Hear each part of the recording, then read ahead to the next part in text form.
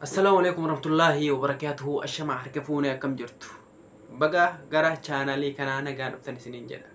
Baga nagaan dhuftan isin jedha. Akkasuma warra barnoota hedduu gadi lakkisaatiin ture warroonni irraa fayyadamaa jirtanis jajjabeessaa jirtanis jechuudha. Hamileen keessan itti haa toluuti. Itti jabaadhaa isiniin jedha. Nattis tolee jira. Baay'ee takka naaf galatooma naaf jiraadha. Har'a maal qabadhee isinii dhufe akkuma mata duree irratti agartan kana jechuudha. YouTube barnoonni keenya waa'ee YouTube akkasuma waan hin beekurraa kan isiniin biraan gahu jechuudha. Dirqama maaliifini waan beeku tokkorraa jechuudha. Uummata kiyya saba kiyya barsiisuun jechuudha. Viidiyoo dalagee isin biraan gahuun jechuudha. Dirqama waan ta'eedhaafu jechuudha. Kanaaf jechuudha isinillee na jajjabeessaa hamilee nuuf tayaa isinii jedha. Viidiyoo har'a isinii qabadhee dhufe akkuma mata duree irratti agartan kana jechuudha. Kiroomi jechuudha. YouTube karaa kiroomiitiin jechuudha. Karaa kiroomiitiin YouTube jechuudha. Kiroomi jechuun maali? Kiroomiin steepii jechuudha. Yeroo sa'aatii guuttannee akkasuma immoo subscribe guuttannee achi keessa seennee kan waa hunda sirreessuu dandeenyu jechuudha. Achi keessan waa hedduudha lokeeshinii biyya adda addaa jijjiiruu akkasuma immoo steepii jechuudha. Prosesii moonii guutuu jechuudha. Achirraan mooniin kan guutamu akkasuma immoo koomentiin achirraanis viidiyoo gallakkisuu koomentiin yoo cufame achiin banu jechuudha. Akkasuma immoo karaa saniin jechuudha. Koomentiin yeroo hunda namoonni garii koomentii yeroo viidiyoo gadi lakkisanirraa koomentiin isaanii cufamaadha jechuudha. Kanaafuu bakkuma takkatti achumaan jechuudha banatuu ni dandeessanii. Kiroomii jechuun waa hedduutu keessa jira jechuudha. Akkaataa kiroomii itti sheenan. Kiroomii itti sheennee achi keessatti immoo waan tokko kan waliin ilaallu tahaa. Viidiyoo kana haga dhuma isaadhaa yoo daawwattan irraa barattan jedhee abdii qabaa.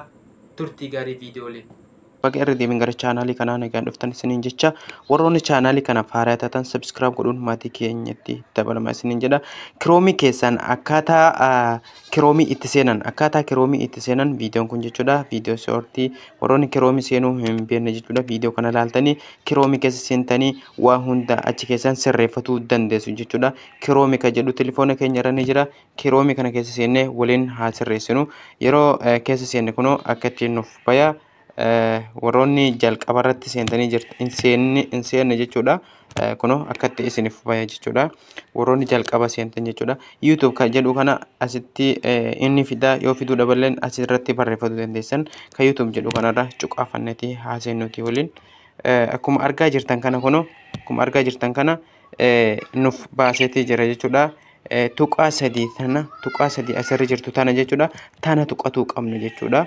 Tuqaa sadii tana tunna. Yeroo tuqaa sadii tana tunne desktop site kan jedhu tana sanduuqa tana gurraachisina jechuudha. Yeroo akkatti gurraachisina jechuudha nuuf baya. Yeroo ishii cuqaafanne akkatti nuuf baya jechuudha.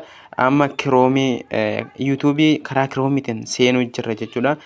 Profaayiliin tun ni jirti. Profaayiliin teenya profaayilii tana gubbaa tuqannaa. Achi booda YouTube studio kan jedhu kana irra hin tuqannu qaabineetii teenya jechuudha.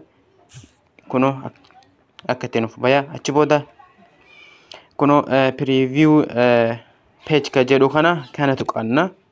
Yeroo tuqanne jechuudha gara YouTube gara kiroomii YouTube irraati nu geessa jechuudha. As keessa seennee waa hunda sirreeffatuu dandeenya. Seetiingii adda addaa biyya jijjiiruu akkasuma immoo waan viidiyoo keessan keessaa muruu barbaadan keessaa muruu koomentii akkasuma sa'aatii doolaarii bakka kana tuqxanii laallatuus ni dandeessan jechuudha. Kanaafuu akkaataa kiroomii itti seenan jechuudha. Viidiyoo kana yoo ilaaltan isiniif galana fakkaata. Kanaafuu bara hojii gaarii isiniif haa ta'u. Nagaan jiraadhaa. Turtii gaarii.